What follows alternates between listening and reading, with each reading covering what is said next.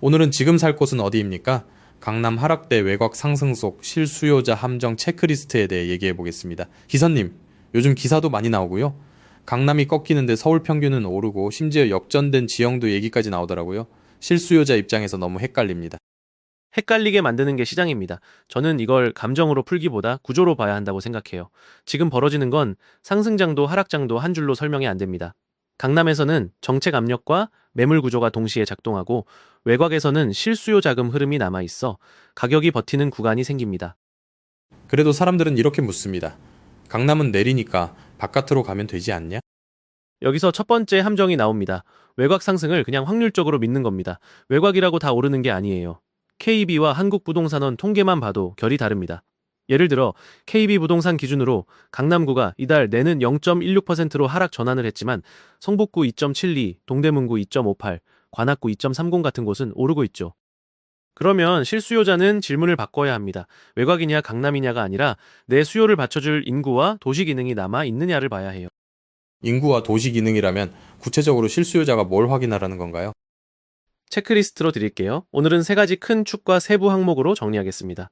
첫째는 시간표 함정, 둘째는 대출과 전세 함정, 셋째는 매물 심리 함정입니다. 좋습니다. 첫째 시간표부터 들어가죠. 5월 9일 얘기가 계속 나오는데요. 5월 9일은 실수요자에게도 중요한 날짜예요. 다주택자 양도소득세 중과 유예 종료가 걸려 있고 금융위원회가 다주택자와 임대사업자 주택담보대출 만기 연장 불허 그리고 가계대출 총량 강화 같은 메시지를 계속 줬습니다. 그러니까 매물은 줄고 가격은 출렁이는데 이 과정에서 실수요자가 보통 길을 잘못 잡습니다. 길을 잘못 잡는 게 어떤 건가요? 대표적으로 두 가지입니다. 하나는 5월 이후에 더 떨어질 거라 믿고 기다리는 함정입니다. 또 하나는 5월 전에 덜 떨어진 채로 급히 들어가서 전세나 보유세에서 덜컥 무너지는 함정이에요. 시장은 두 부류를 동시에 공격합니다. 실수요자가 둘 다 걸린다는 건데 왜 그렇죠? 지금 시장은 가격 평균이 아니라 지역과 거래 구조가 쪼개져 있습니다. 예컨대 KB부동산이 상위 50개 단지 변동을 지수화한 KB선도아파트 50은 132.4로 전달 대비 하락 전환이 됐죠. 그런데 서울 아파트 매매는 1.43% 상승으로 집계됩니다. 숫자 하나만 보면 상승인데 실제로는 강남은 하락, 외곽은 상승입니다. 평균을 믿고 들어가면 타이밍 감각을 잃습니다. 그럼 실수요자는 어떻게 해야죠? 기다리면 안 됩니까? 아니면 5월 전이 기회입니까? 저는 정답이 기다림이나 선매입니다. 이렇게 단순하지 않다고 봐요. 대신 절차를 정하라고 말할 겁니다. 5월 9일에 맞춰 단순 매수 결정을 내리는 게 함정입니다. 실수요자는 내 잔금 시점과 실거주 계획, 그리고 보유세 변화를 같이 계산해야 합니다. 보유세까지요? 공시가격 얘기도 많이 나오던데요. 그게 두 번째로 중요합니다. 가격이 아니라 비용입니다. 공시가격이 오르면 보유세 부담이 누진 구조로 더 빨리 뛰어요. 자료에서 전국 공시가격 상승률이 9.16%, 서울은 18.67%라고 했죠. 그리고 강남 3구는 24.7%입니다. 강남만 많이 오른 게 아니라 보유세도 더 가파르게 움직입니다. 레미안 원베일리 공시가격이 1,829만 원에서 2월 855만 원으로 증가한다고 예상되죠. 보유세 증가율이 56%까지 갔습니다. 여기서 핵심은 실수요자의 착각입니다. 실수요자는 대개 가격이 멈추면 비용도 멈출 거라고 생각해요. 그런데 보유세는 가격이 아니라 공시가격을 따라가고 게다가 누진세율 구간이면 속도가 더 붙습니다. 그러면 보유세가 무조건 나쁘다는 말은 아니겠네요. 맞아요. 다만 실수요자가 들어갈 때 현금 흐름이 유지되는지 확인해야 합니다. 강남이 내리면 끝나는 게 아니라 보유세와 생활비, 금리 환경이 같이 움직입니다. 그리고 정책은 강남만 누르지 않아요. 강남이 시장의 기준점이 되니까 강남의 움직임이 시장 심리에 영향을 주는 거죠. 많은 사람들이 외곽 상승을 보고 안심합니다. 그런데 기사님은 구조적으로 더 복잡하다고 보시는 거죠? 네, 그래서 제가 외곽 상승을 맹신하지 말라고 말하는 겁니다. 외곽 상승은 도시 구조의 변화가 반영된 결과이긴 한데 그 상승이 어디까지 확장될지는 인구 흐름에 달려 있어요. 지방에서 붕괴가 진행되고 빈집이 늘고 도시가 축소되는 흐름은 서울에도 다른 형태로 영향을 줍니다. 결국 실수요가 향하는 지역이 고정되어 있지 않고 교통과 일자리 축과 맞물린 구간만 받는 방식으로 바뀝니다. 도시계획 기준이면 외곽이라는 말 자체가 너무 뭉뚱그려져 있겠네요. 그렇습니다. 외곽 상승이라고 할 때 노원이나 성북처럼 수요가 붙는 구간과 실제로 기능이 약해지는 구간이 섞여 있어요. 지금은 정책이 강남 고가를 눌렀기 때문에 상대적으로 15억 이하 대출이 상대적으로 가능한 구간으로 수요가 이동하면서 외곽의 특정 동들이 먼저 오르는 그림이 납니다. 대출 얘기가 나왔네요. 실수요자 함정 중에 대출이 제일 흔하다고 보시나요? 맞습니다. 세 번째로 큰 함정은 대출 구조를 가격만큼 단순화하는 겁니다. 자료에서도 대출 한도를 15억 이하 주택은 최대 6억, 25억 초과는 2억으로 줄어든다고 했죠. 그런데 실수요자는 보통 매매가만 보고 입주 계획을 세웁니다. 그러면 갑자기 1억에서 2억 단위로 필요한 자금이 바뀌어 버려요. 예를 들어 어떤 단지를 보는데 한 번 더 오르면 25억 구간에 걸려버리고 대출이 급격히 줄어드는 경우가 생깁니다. 그러면 중저가에서 시작하던 사람이 상급 구간에서 막히고 매수는 관망으로 바뀝니다. 그게 거래량을 끊습니다. 지금도 거래 절벽이 동반된다고 하죠. 거래가 살아야 가격이 내려가고 거래가 안 살아도 호가만 출렁입니다. 거래가 안 살아도 호가만 출렁이면 실수요자는 어떤 위험을 겪나요?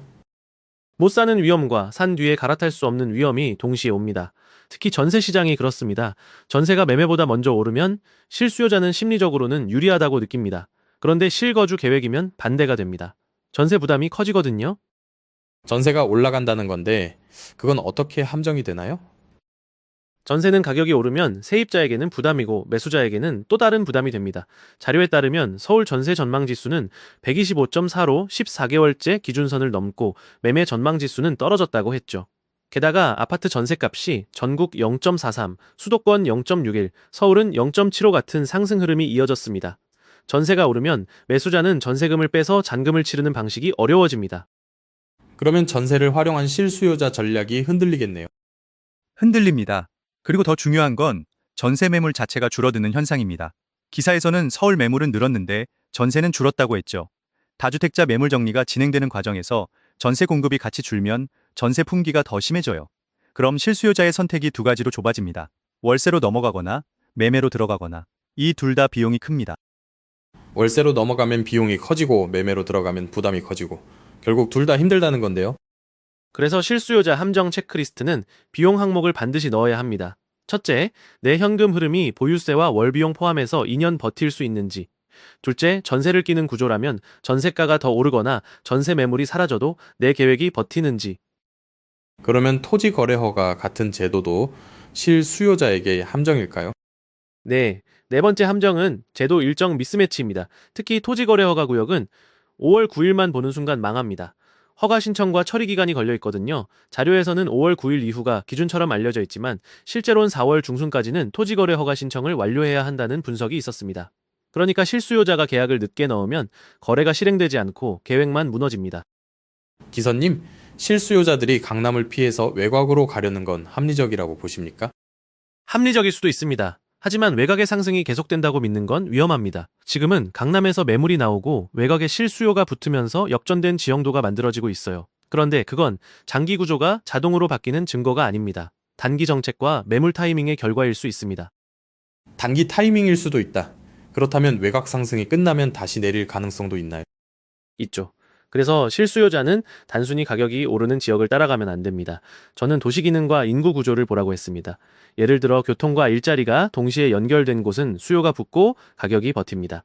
반대로 인구가 줄어들고 빈집이 늘어나는 흐름이 계속되는 곳은 오를 수 있어도 오래 못 갈 확률이 있습니다. 이건 지방 붕괴에서 반복되는 패턴을 보면 확인돼요. 지금 실수요자들은 그걸 다 보긴 어렵습니다. 체크리스트를 더 직관적으로 줄 수 있을까요? 직관적으로 줄이겠습니다. 5항목으로 압축할게요.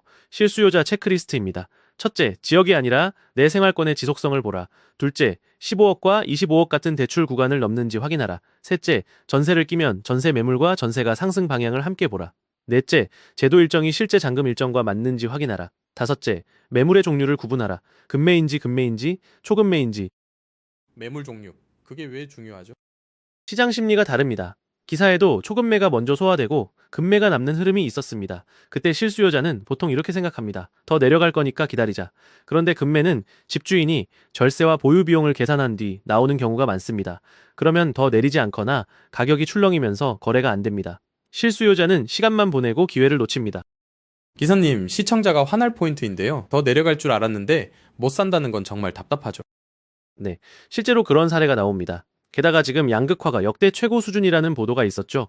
가격이 오르는 구간과 내리는 구간이 동시에 존재합니다. 양극화가 심하면 평균 가격은 올라가도 내 물건은 안 내려갈 수 있어요. 그래서 실수요자가 좌절합니다. 양극화 수치도 하나만 짚어볼까요? 5분위 배율 13.3 역대 최고라는 내용이 있었습니다. 맞습니다. 평균이 아니라 분포를 봐야 합니다. 5분위 배율이 13.3이면 상위 20%와 하위 20%의 가격 격차가 매우 큽니다. 그러면 강남은 떨어져도 외곽은 오르는 게 동시에 진행될 수 있어요. 실수요자는 내 자산 구간에 맞춰 판단해야지 남의 구간 이야기를 내 구간에 그대로 적용하면 함정입니다. 좋습니다. 지금까지 체크리스트를 5항목으로 제시하셨는데요. 마지막으로 실수요자들이 제일 궁금한 건 그래서 지금 어디로 가야 하냐는 거잖아요. 질문을 바꿔야 합니다. 어디가 아니라 어떤 조건이 충족되면 들어가라입니다. 강남이 하락하고 외곽이 오르는 국면에서는 실수요자는 두 가지를 동시에 만족시키는 곳을 찾아야 합니다. 하나는 내 비용이 버티는 조건, 다른 하나는 장기 수요가 남는 조건입니다. 인구가 줄고 빈집이 늘어나는 흐름은 결국 주택 수요의 바닥을 깎습니다. 지금 서울에서도 모든 외곽이 안전하지 않습니다. 교통축과 일자리 접근성이 있는 곳은 수요가 붙지만 그 외에는 전세가 흔들리고 매매가 늦게 반응하거나 반응이 약합니다. 그래서 실수요자들이 흔히 말하는 외곽 상승은 전체가 아니라 특정 구간입니다. 외곽을 사면 된다는 사람과 강남을 기다리자는 사람 둘 다 감정이 섞여 있어요. 그래서 저는 기다리자는 쪽에도 무조건 사자는 쪽에도 경고를 드립니다. 기다릴 때는 조건을 걸어야 합니다. 대출이 어떻게 나오는지, 전세가 언제까지 버티는지, 제도 일정이 내 계약에 맞는지, 이게 체크리스트 위에 있어야 기다림이 안전해집니다. 반대로 서두를 때도 조건을 걸어야 합니다. 보유세 증가폭과 내 현금 흐름이 버티는지, 대출 구간을 넘는지 확인하지 않고 사는 순간 실수요가 아니라 비용만 떠안는 투입이 됩니다. 마지막으로 시청자에게 오늘 방송을 기억할 핵심 문장 하나 부탁드립니다. 평균 가격에 속지 말고 내 비용과 내 제도를 먼저 계산하라. 강남 하락과 외곽 상승은 신호이지 답이 아니다. 기선님 고맙습니다. 오늘은 함정 체크리스트까지 나왔습니다. 시청자 여러분은 꼭 본인 상황에 맞춰서 5월 9일 대출 구간, 전세 매물, 토지 거래허가 일정까지 함께 보시길 바랍니다. 그리고 한 가지만 더 부탁드릴게요. 지금 시장은 양극화가 극단으로 커졌습니다. 그러니 남이 오르는 걸 보며 내 인생을 결정하지 말고 나의 상태를 기준으로 선택했으면 합니다. 오늘은 여기까지 하겠습니다. 감사합니다. 시청자 여러분들의 의견을 댓글로 남겨주세요.